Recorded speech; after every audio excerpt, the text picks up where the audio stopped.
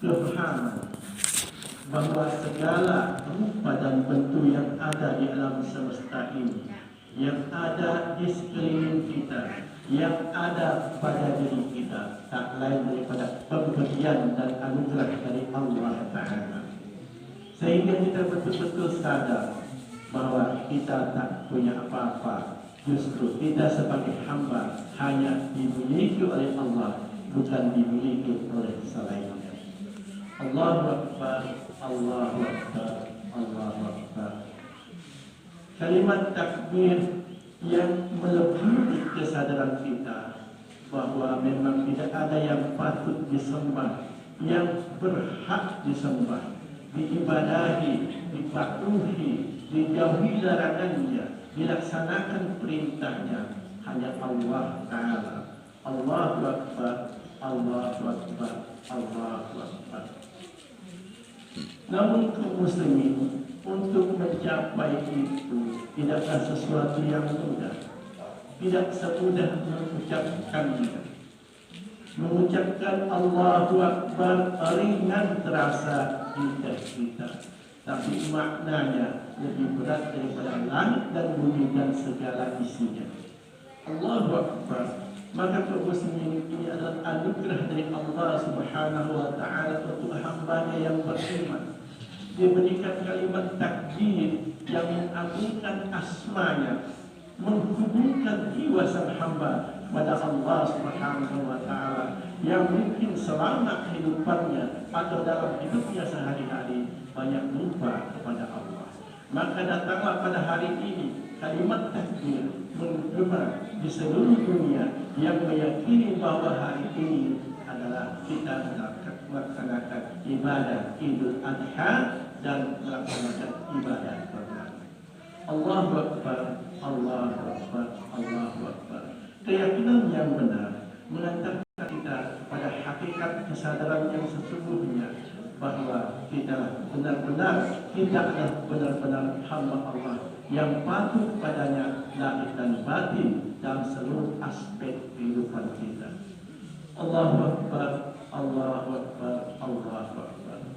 Kaum muslimin yang berbahagia, sesudah kita faham matlamat yang akan kita capai dalam hidup ini, yakni menjadi hamba yang sempurna sesuai dengan bunyi ayat, wala tamutunna illa wa antum muslimun. Kita camkan kalimat ini sungguh-sungguh di dalam hati kita. Kita akan beradab dengan benar-benar, aku harus menjadi muslim yang sejati, muslim yang sempurna, lahir dan batin. Dengan segala aspek kehidupan yang kita miliki, ini menjadi niat yang terpati di dalam jiwa kita masing-masing. Kaum muslimin yang dimuliakan Allah. Namun dalam hal ini kita jangan lupa, sesudah kita nampak tempat yang akan kita tuju, sudah punya kesimpulan yang kita ambil, dan sudah tahu pula sikap yang akan kita lakukan, kita sadar bahwa kebenaran itu ada musuhnya, yaitu kebatilan. Agama itu ada musuhnya, yaitu orang-orang yang ingkar kepada Tuhan. Allah tegaskan di dalam Al-Quran, di antaranya, lan taqra ankal yahudu walan nasara hatta tattabi'a millatahum. Tak akan senang, takkan rela Yahudi dan Nasrani sampai engkau ikut agama mereka. Ini harusnya kita pahami baik-baik kaum muslimin. Dengan ayat ini sudah memberi batas yang jelas kepada kita. Tak ada istilah damai dengan mereka-mereka. Tidak ada istilah toleransi dengan mereka-mereka.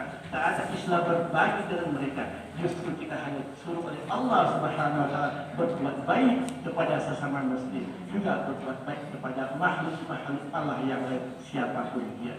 Perkara keyakinan, perkara syariat, tidak ada tawar-menawar kaum muslimin. Jangan kita dihina-hinakan dengan istilah-istilah yang datang kemudian. Apakah itu istilah-istilah yang sengaja dibikin, disusupkan, sehingga banyak di antara kita yang terlena dan terlupa meyakini bahwa itu adalah sesuatu yang benar dan wajar-wajar saja.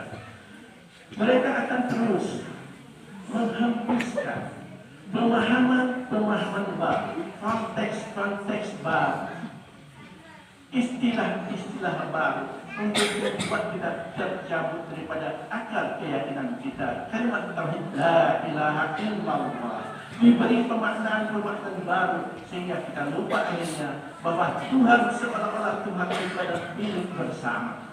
Seolah-olah Tuhan yang kita adalah Tuhan itu pula yang mereka semua. Sehingga kita kadang-kadang merasa nyaman dengan mereka. Itu adalah perbuatan yang tak muslim. Barang siapa yang mencapai keadaan mendapati keadaan seperti ini, sadarlah bahwa kita sudah terseret secara pelan-pelan. Itu dari sisi keyakinan. Belum lagi dari sisi budaya kehidupan. Setiap hari media-media menawarkan kepada kita berbagai macam produk-produk budaya. Apakah itu pakaian, apakah itu makanan, apakah itu kegiatan-kegiatan. Padahal itu semuanya menarik kita tambah jauh dari Tuhan. Itu muslimin yang berbahagia. Maka kata Allah, kata baginda Rasulullah SAW, taraktu fikum amrayni lan tadillu abadan idza masaktum bihima ala wahya kitabullahi wa sunnatu rasulih. Aku tinggalkan kepadamu dua perkara, niscaya akan sesat dan berpegang kepada keduanya, yaitu kitabullah dan sunnah rasul. Lagi kaum muslimin, kita istiqomah mengikuti Allah dalam hal ini memperdomani kitabullah, mengikuti Rasulullah dalam hal ini mengikuti sunnah-sunnah yang telah beliau wariskan. Allah bilang, wa man yuti'illaha wa rasulahu faqad faza fawzan 'azima. Siapa yang ikut kepada Allah, ikut kepada Rasulnya, sungguh dia akan beruntung untungan yang besar, dan Rasul menjanjikan tidak akan sesat selamanya. Allahu Akbar, Allahu Akbar, Allahu Akbar. Kaum muslimin yang dimuliakan Allah, memang kondisi perpolitikan secara makro di dunia ini belum berada di tangan kaum muslimin. Walaupun banyak di antara negara yang berkuasa adalah orang muslim, tapi kaum muslim sadarlah, sebelum betul-betul kembali kepada kitabullah dan sunnah Rasul, sebelum mengikuti betul-betul apa yang didapati daripada khulafaur rasyidin, maka itu dikatakan sebagai sesuatu yang final. Kita harus menuju ke sana sampai mencapai baldatan thayyibatan wa rabbul ghafur. Dalam hal ini tegaknya firman Allah di atas muka bumi, berlakunya hukum-hukum Allah. Allahu Akbar, Allahu Akbar, Allahu Akbar. Belum lagi kita lihat dari sisi pendidikan kaum muslimin. Dari sisi pendidikan yang merupakan ancaman, di mana porsi-porsi pendidikan agama terkurangi, khususnya dalam pendidikan, dan sementara pendidikan agama juga mengalami pengurangan, penekanan. Dalam hal ini mungkin ahli pendidikan yang lebih mengerti, tapi muslimin ada beberapa hal yang kita pahami, bahwa dalam pendidikan tidak boleh lepas mengacu kepada kitabullah dan sunnah Rasul. Ini yang harus terus kita pahamkan kepada anak-anak kita. Kaum muslimin yang dimuliakan Allah, maka sampai pada itu menyadari semua aspek kehidupan ini, termasuk aspek ekonomi, mana yang diproses secara penuh mutlak oleh kaum muslimin. Padahal Allah berfirman, bumi dengan segala isinya diwariskan kepada orang-orang yang saleh. Faktanya seluruh sumber daya alam yang ada di Nusantara khususnya dan di dunia pada umumnya dikuasai mereka-mereka yang tidak soleh. Artinya mungkin kesolehan kita belum sampai kepada taraf yang Allah inginkan sehingga bisa mewarisi bumi dengan segala isinya. Ini petunjuk Allah ke muslimin yang berbahagia. Allahu Akbar, Allahu Akbar, Allahu Akbar. Maka oleh karena itu, untuk kembali mencapai izzul Islam wal muslimin, kejayaan Islam dan kaum muslimin, kita perlu berjuang lagi. Tahun depan kita akan juga berjuang, memperjuangkan apa yang kita yakini kebenarannya. Di saat kita melakukan pilihan, maka pilihan itu kita inginkan pilihan yang diridhoi oleh Allah, bukan karena uang 100.000 rupiah, 50.000 rupiah, tertukar keyakinan kita tentang sesuatu yang kita anggap benar, sesuatu yang diridhai Allah Subhanahu wa taala. Muslim yang berbahagia, maka oleh karena itu hendaknya orang Islam itu bersatu padu dalam pandangan politiknya, bersatu padu dalam pandangan ekonominya, bersatu padu dengan segala usaha-usaha yang ada dalam kehidupan ini. Allahu Akbar, Allahu Akbar, Allahu Akbar. Selanjutnya, untuk mendapatkan itu semua butuh pengorbanan. Tidak bisa kita bersenang-senang sendiri seolah-olah hanya kita saja yang akan masuk surga tanpa ada kepedulian terhadap saudara-saudara kita, tanpa ada kepedulian terhadap sistem yang sedang berlaku, tanpa ada perhatian terhadap akhlak sosial masyarakat kita. Kita semua kaum muslim aktif dan proaktif, artinya ikut bertanggung jawab memikirkan apa yang terbaik untuk kaum muslimin, untuk agama kita. Allahu Akbar, Allahu Akbar, Allahu Akbar. Maka jangan segan untuk berkorban karena Allah, berkorban untuk agama Allah, berkorban demi menjalankan agama Allah. Fa'tabiru ya ulil absar la'allakum turhamun.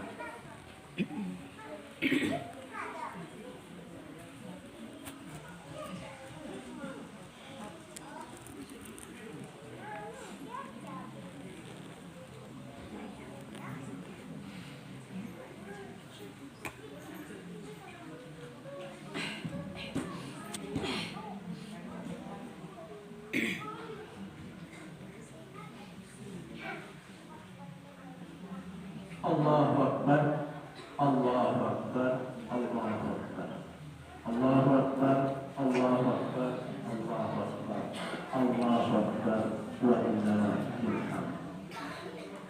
Alhamdulillahi rabbil alamin, hamdan katsiran kama amara. Asyhadu an la ilaha illallah wahdahu la syarika lah, wa asyhadu anna Muhammadan abduhu wa rasuluh. Allahumma salli ala Muhammad wa ala ali Muhammad. Hadirin jemaah yang dimuliakan Allah. Allah berfirman dalam Al-Quran, A'udzu billahi minasyaitonir rajim. Bismillahirrahmanirrahim. Inna a'tainaka al-kautsar. Fasholli li rabbika wanhar. Inna syani'aka huwal abtar. Sungguh kami telah memberikan nikmat yang banyak kepadamu, maka dirikanlah sholat dan berkorbanlah. Orang-orang yang mengkhianati kebenaran yang engkau bawa, itulah orang-orang yang celaka. Allahu Akbar, Allahu Akbar, walillahil hamd. Kaum muslimin, dari ayat ini jelas sekali Allah sudah memproklamirkan, Allah menyatakan dengan tegas bahwa segala apa yang ada pada diri kita berupa kenikmatan-kenikmatan, berupa fasilitas-fasilitas, berupa kemudahan-kemudahan, berupa kecerdasan dan perasaan, apa saja yang ada pada diri kita dengan segala kemungkinan-kemungkinannya, semuanya dari Allah Subhanahu wa taala. Maka Allah tegas pula meminta kepada kita dengan menggunakan kalimat fa.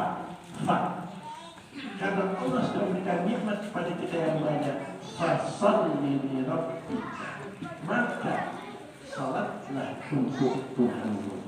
Kaum muslimin yang berbahagia, di antara kekuatan umat Islam yang harus kita jaga, yang masih menjadi tanda-tanda bahwa kita seorang muslim, maka kita mari menjaga sholat, menjadikan ibadah sholat ini menjadi suatu yang kebutuhan yang tak terhingga untuk kita, di atas kebutuhan pokok kita. Kita juga sholat itu sebagai matlamat hidup kita, karena itulah keterhubungan kita dengan Allah Subhanahu wa taala. Dan ini kita tularkan pula kepada anak-anak kita. Jangan kita sholat sebentar anak kita biarkan tidak sholat. Jangan kita sholat untuk kita biarkan tidak sholat. Jangan kita sholat tapi anak istri kita biarkan tidak sholat dan seterusnya. Ini tanggung jawab ilmiah, tanggung jawab kita pribadi. Maka fasholli li rabbika wanhar ini berkorbanlah. Allah setarakan kita berkorban itu dengan sholat. Artinya kita harus melakukan pengorbanan dari yang paling nyata sampai yang paling abstrak, dari yang paling real yang bisa nampak berupa harta benda sampai yang berupa perasaan-perasaan. Kaum muslimin, kita harus nyinyir dalam hati menegakkan kebenaran. Tidak ada istilah bersantai-santai. Kalau anak kita tidak sholat, maka kita harus mengorbankan harga diri kita demi tegaknya kebenaran, menyampaikannya meskipun apapun tuduhan atau anggapan orang-orang, dan ini tetap menjadi tanggung jawab pribadi kita. Sebab kenapa kaum muslimin, andai kata kita tidak ikuti ayat ini, maka kita termasuk orang yang mengkhianati warisan sunnah daripada Rasulullah SAW. Maka akibatnya nanti kita akan neraka. Jangan-jangan karena kita tidak peduli dengan ayat ini, maka belum nampak juga kejayaan yang sebenarnya, kejayaan yang sejati dalam kehidupan beragama, dalam kehidupan bermasyarakat, dalam kehidupan berkeluarga saat ini. Maka kaum muslimin, dengan peristiwa hari raya Idul Adha hari ini, mudah-mudahan Allah membukakan pintu kita, memberi cakrawala baru, memberikan pikiran untuk kita untuk melihat agama ini lebih murni, lebih suci, lebih sungguh-sungguh dan lebih ikhlas. Wa ma umiru illa liya'budullaha mukhlishina lahu dina hunafa wa yuqimuna sholata wa yutuz zakata wa dzalika dinul qayyim. Taklah kita diperintah kecuali untuk beribadah kepada Allah